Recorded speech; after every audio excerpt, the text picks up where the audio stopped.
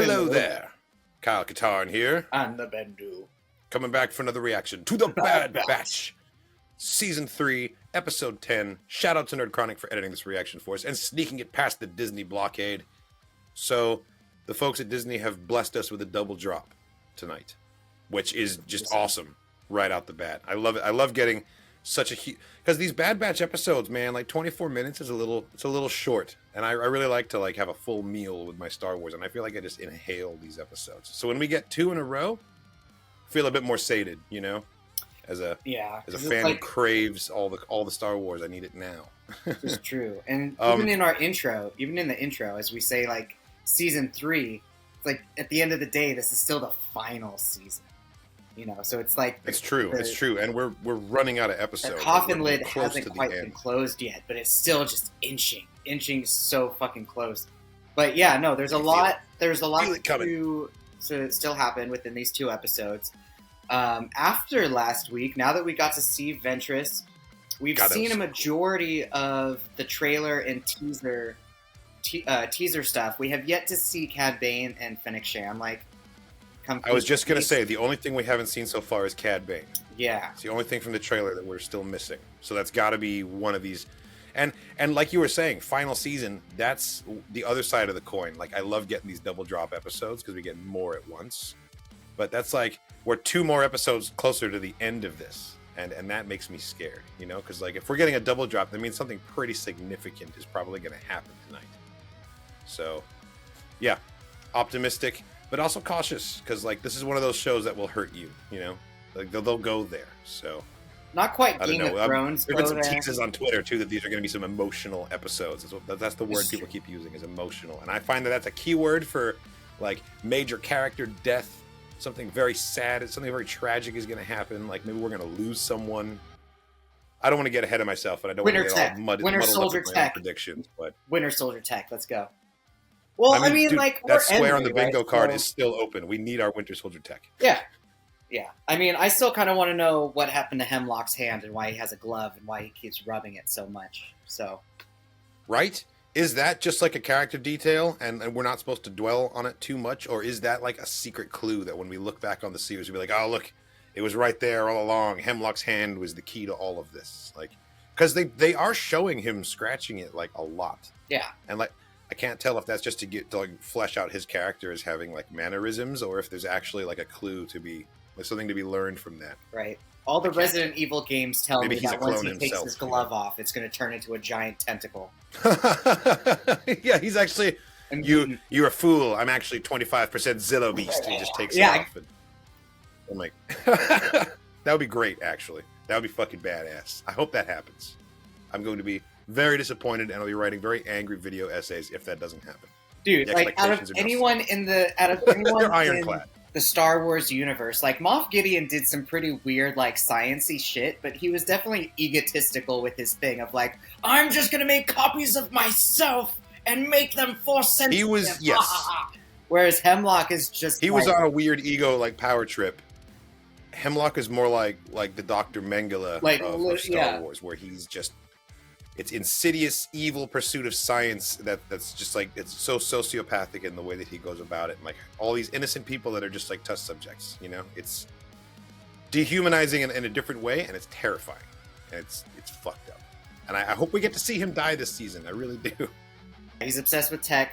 He's obsessed with just like genetic manipulation in general. Like if there's anyone who fit a Mr. Sinister in the Star Wars universe, it would be him.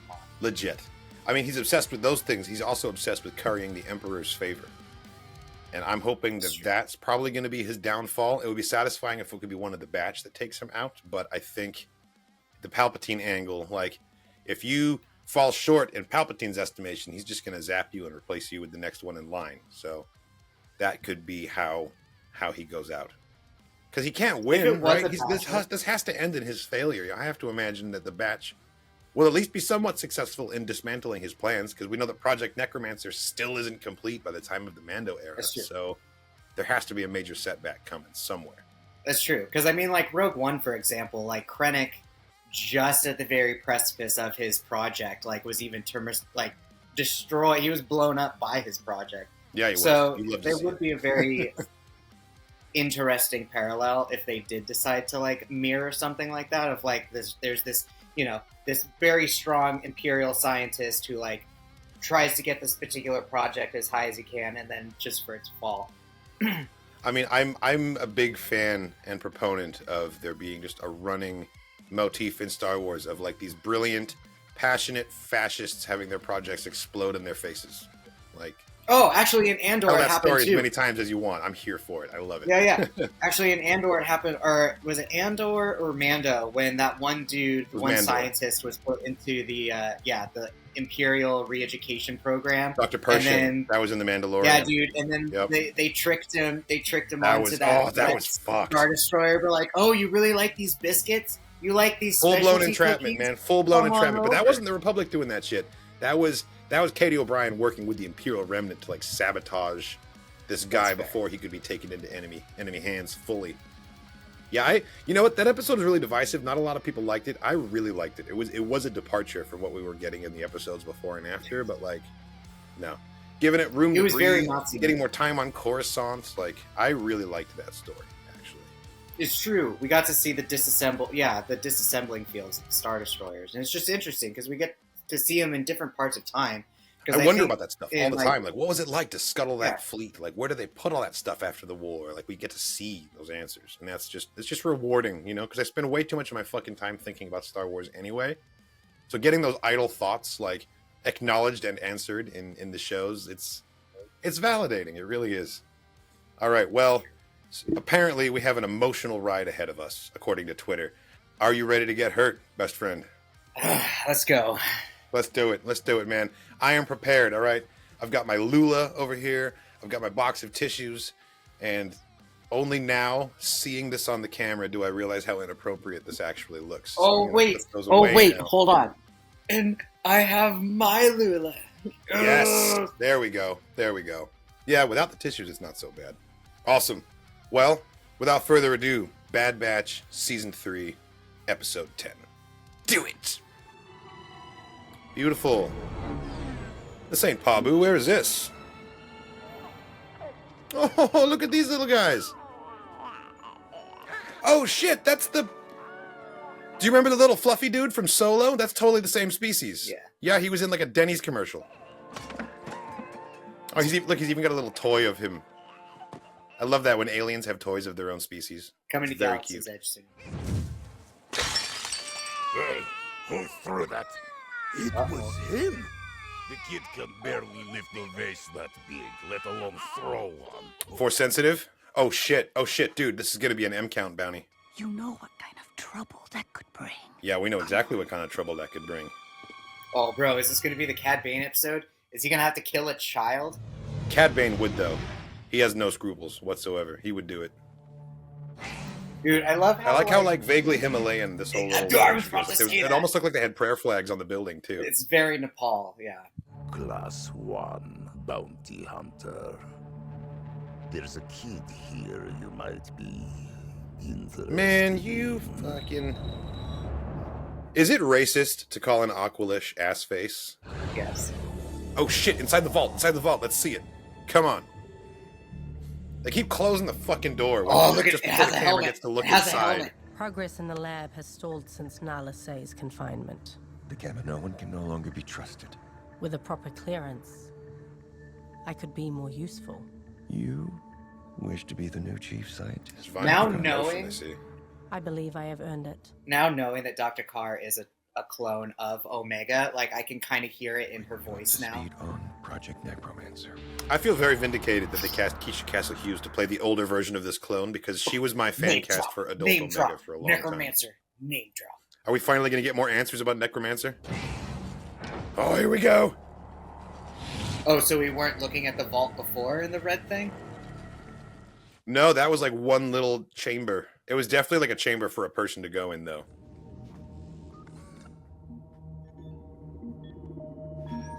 It's Force-sensitive kids, dude. It's just 3 of them? Fuck. Huh. We got an Iktachi. These particular I think that was a Mary Allen in the back. Because of their high M count. Are they not adults that could serve this purpose? There are few adults left with such characteristics. Yeah, we kind of murdered them all. The young clone's blood is the only binder that's proven to be compatible with their DNA to recreate their M count levels. Okay. And why Omega must be found. Yeah, see, there we go. So there you have it. Plainly stated. I like your glasses. What is your name? Dr. Carr, limit your personal interactions with the specimens. They are scientific assets. Nothing more. Of course, Doctor.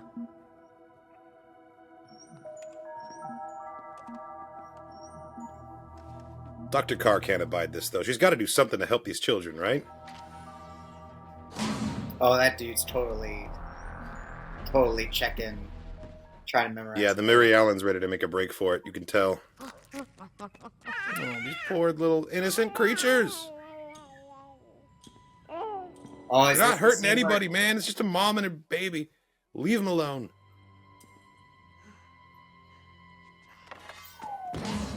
Did you hear this? God damn it. Ah! Oh, it was a stun at least, but fuck, man. Toro. Look how sad the baby looks. Coming right up, Mr. Bay. Oh, good. Seth Green got a paycheck this week. Love that for him.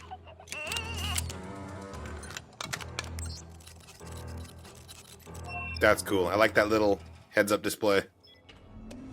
So he has a little portable M-count tester. Wow. You're gonna put him in a crate? Alright, this scene is fucked up, but there is something hilarious about Cad Bane taking a cat person and putting him in a box.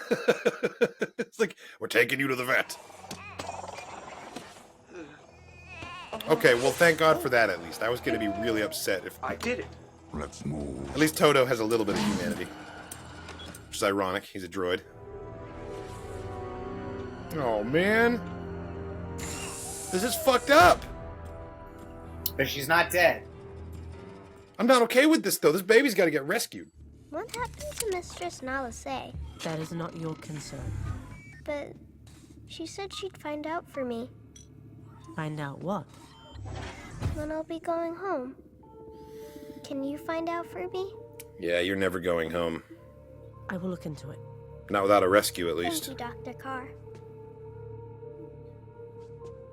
So what if the clones are able to rescue all of their trapped clone brothers and also these Force-sensitive kids, and it can be the beginning of the path? Like, these can be some of the first kids smuggled into the path. Oh, yep, you called it. He's making a run for it. With the it slipped. Damn. Yeah, dude, there's like way too many people just overwatching. It wasn't going to be that simple. Yeah, he never had a chance. Let me out of here! You're safe, SP-32. That's not my name! The tragic part of this is Carr really thinks she's helping. I just want to go home. You know? Sector's done. Come on. You gonna shoot a kid? What's the situation? Blasters are not necessary. I mean, he is force sensitive. I have everything under control. Don't do it, kid. They're just gonna blast you. Man. What the fuck, Scorch? I played Republic Commando. You used to be cool. It was just a stunt. It's sad. They've reduced him to just Your this actions were fascist. extreme, Commander. He's the worst now. He's only a child. The specimen attempted to escape. I was following protocol.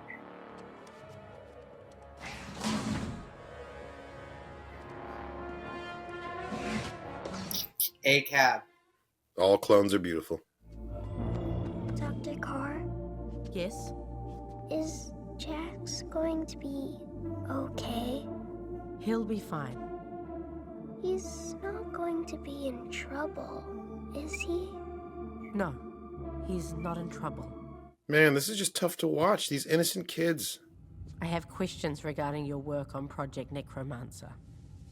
You have taken my place, then, which means you've been to the vault and seen the specimens. They don't belong here. No, they do not. Any attempt to move them through, like, official channels will result in them being killed, though. Because the Empire knows that if they can't control them, they're better off killing them. There is nothing I can do. I don't have that kind of power. Don't you? Don't you? Ah. Man, Nala Se's become such an interesting character. The way they've like really like gone back and forth between her being like an antagonist and like something of an ally. You know. I was gonna say the closer she gets to death, the way that she talks sounds more and more like when Mr. Burns was high on radiation. I bring you love. I would like to accompany the commander. That is not necessary. You've stated how important these specimens are, Doctor. I would like to ensure that they are properly maintained at every stage. We also know Scorch is just itching to punch a baby right now, so best supervise him. Governor Tarkin. Whoa! To what do I owe this summons? Questions have been raised regarding the financial impact your This facility is having summons. upon Imperial resources. I know. What's the most passive-aggressive way that I can acknowledge that you bro. called me here? Of course, that's why Tarkin's calling. Dude, you're spending too much money. What the fuck are you doing? It is worth the expenditure. If this project fails to yield proper results, it won't bode well for your operation. Or for you, Doctor. I was gonna say, no one can speak flippantly like that to Tarkin and survive. Dude, like, Tarkin knows. It is known. Tarkin knows everything. Like, he may not know the specific... Oh, that's a fucking dark trooper. That's a dark trooper. Tarkin knows what he needs to know. He knows enough. Yeah. I really like this freighter design. These are the freighters from Tantus. Oh, and we're coming to Coruscant to pick him up. Okay. Gorgeous. Look at that. Wallpaper right there. You're not the usual Sup, Imperial, bitch? they son. I'm here to inspect the specimen. Toro, bring out the kid. It's literally just a space cat carrier. Fucking great. At least Grogu is given a what's it called? A crib. Yeah, he's got like a nice version of Specimen this. is younger than I expected. How many others like this have you captured? Let's just say I'm good at my job. So why are there only 3 specimens on Tantus right now? Is there other locations they're being held at, or are you a liar? Or the darker answer, he has captured more, none of them survived. Until next time. The fucking coolest but most like worst Duros ever. I like the outfit they've got him in Bad Batch too. He looks best with the duster on, but this is a cool like alternate look for him.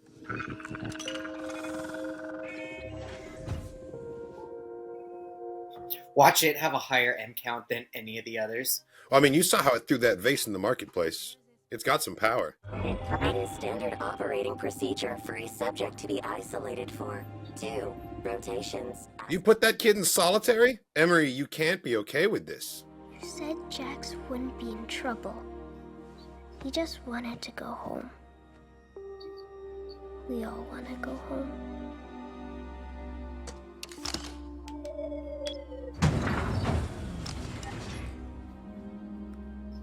This is as brutal as anything we've seen the Empire do. They're literally only one step away from the taser floors that we saw on Andor. Legit. It's like Narkina 5, but for kids. Remember when Grogu got kidnapped in Mandalorian and everyone was talking about where'd they get those baby-sized handcuffs? They got them from fucking Tantus, apparently. Oh, she gave her the toy. I think Emery is going to help with the resistance, but she doesn't know that she's made that decision yet. I think she's made the decision deep down, but her conscious mind hasn't realized that.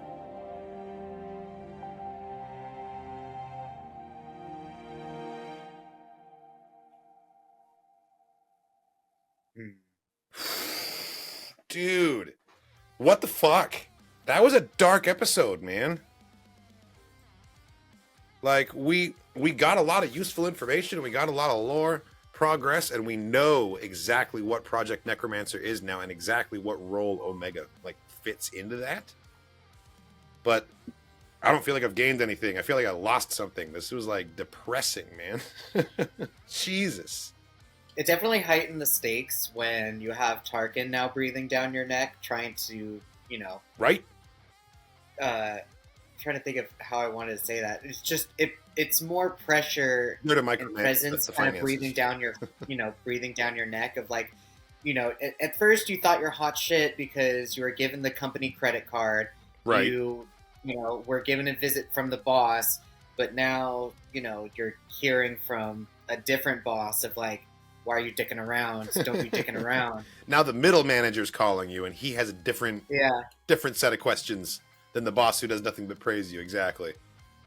Yeah, I mean, that's what I was saying in the beginning. Like, I think the most, like, because Hemlock is not a stupid guy. He's got a lot of personal security and a lot of protections in place to make sure that he is safe in case shit goes sideways, in case the project is a failure, all these different things. But being in the Emperor's orbit itself is such a dangerous proposition that all he has to do is fall out of favor with Palpatine, and he disappears, and no one will ever know what happens to him because Palpatine will just, like, have him disappear, you know? So that I still think remains the greatest threat to him, is his own organization that he works for, and I think that's going to be his undoing. This was a banger of an episode, really gave us a lot to think about, and, like, yeah, I don't feel good about what happened here at all.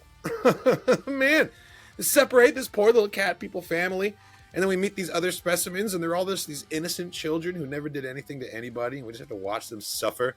I have to believe that Emery is going to, I don't even know if turn a new leaf is the right expression here, because I think she already has, but finally fucking act on it, you know? I think that she might end up even, like, having to sacrifice herself in order to save these kids. Because she's seeing things now, and she's feeling things now that she can't unfeel and she can't take back. And I think it's going to be that final little bit of motivation that she's needed to, like, break out from this, like, terrible routine that she's fallen into of just, like, following orders, not really thinking about it too much. Like, she's got a job here, but there's so much more to it than that. And I think that she can't ignore it anymore, you know? Omega was the first step, and now seeing the specimens, like, if she has any moral structure whatsoever, that she can't abide this, and we know that she does because of how soft she was with Omega. So she's also an older version of him. Well, we have a whole other episode to get through tonight, and I hope it's a little bit more upbeat than this one, because God, this was kind of a gut punch seeing these children suffer like this. I hope we get some good news up next. It was dope to see Cad Bane, though. I will say that it was really cool to see Cad Bane, even if he was being a dick. I really appreciated how he just, like, threw a fistful of credits at the Aqualish, just like they went everywhere. And you know that he has precision skill, and if he wanted to, he could have thrown every credit into that guy's hand. Like, he missed on purpose to be a dick. But no, he wanted him to crawl on the ground and this is a class 1 bounty hunter. He didn't flick them wrong. Oh man, no, he knew what he was doing. 100%. Awesome. Well, thanks so much for watching, everybody. This has been our reaction to The Bad Batch, Season 3, Episode 10. This reaction was edited by Nerd Chronic to comply with fair use, which means a lot of our reaction is missing from this. If you want to watch the full-length, uncut version of our reaction, it's available on Patreon. There's a link in the description of the video to the Patreon page. Thanks again, and as always, may the Force be with you.